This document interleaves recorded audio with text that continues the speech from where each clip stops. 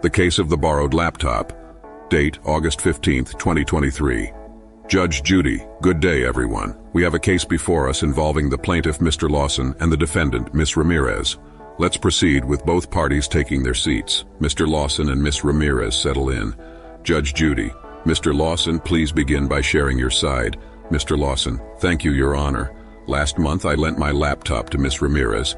Upon its return, I noticed a cracked screen that I'm certain wasn't there before. Ms. Ramirez denies causing the damage. Judge Judy, I understand. Ms. Ramirez, it's your turn. Ms. Ramirez, Your Honor, I appreciate this opportunity. While I borrowed the laptop, I want to emphasize that the cracked screen was there before. I have evidence from a family member who saw it. Judge Judy, both sides have spoken. Mr. Lawson, what resolution are you seeking? Mr. Lawson, Your Honor, I want Ms. Ramirez to cover the repair costs for the cracked screen, which happened during the time she had the laptop. Judge Judy, Ms. Ramirez, your request? Ms. Ramirez, Your Honor, I request not to be held responsible for a pre-existing screen issue. Judge Judy, let's proceed to evidence. Mr. Lawson, any records or documents showing the laptop screen condition before and after? Mr. Lawson provides photographic evidence. Judge Judy, Ms. Ramirez, any evidence supporting your claim? Ms. Ramirez, certainly, Your Honor. I have a written statement from a family member who can confirm the laptop screen was already cracked. Judge Judy, after reviewing the evidence, considering the pre-existing condition and the family member's statement, I am inclined to side with Ms. Ramirez. Mr. Lawson's repair claim lacks sufficient support. Judge Judy, both parties be careful when lending or borrowing items. This case is now concluded. The misunderstood artwork.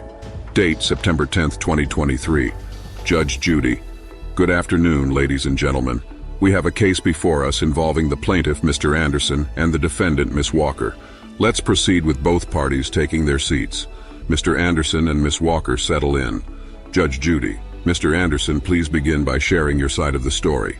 Mr. Anderson, thank you, Your Honor. I loaned a piece of artwork to Ms. Walker for her art exhibition. Upon seeing the piece on display, I noticed significant alterations that weren't part of the original piece.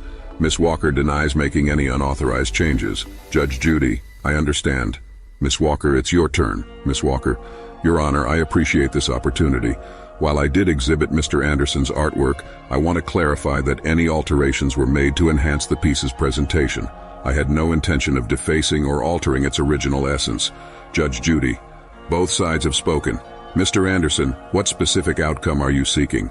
Mr. Anderson, Your Honor, I want Ms. Walker to cover the restoration costs to bring the artwork back to its original state. Judge Judy, Ms. Walker, your response? Ms. Walker, Your Honor, I ask not to be unfairly held accountable for enhancing the artwork's presentation within the context of the exhibition. Judge Judy, let's move on to examining the evidence. Mr. Anderson, can you provide any records, photographs, or documents that showcase the artwork's original state? Mr. Anderson presents photographic evidence. Judge Judy, Ms. Walker, do you have any evidence to support your claims? Ms. Walker, certainly, Your Honor. I have a documented explanation from an art critic who praises the enhancements I made to the artwork's presentation. Judge Judy, after carefully reviewing the evidence and considering the arguments, I find myself leaning towards Ms. Walker's perspective. Her intention to enhance the artwork's presentation seems well-founded and aligned with the context of an art exhibition. Judge Judy, therefore I am unable to support Mr. Anderson's claim for restoration costs. However, I encourage both parties to establish clear communication and expectations when lending art for exhibitions to avoid future misunderstandings. Judge Judy, this concludes the case.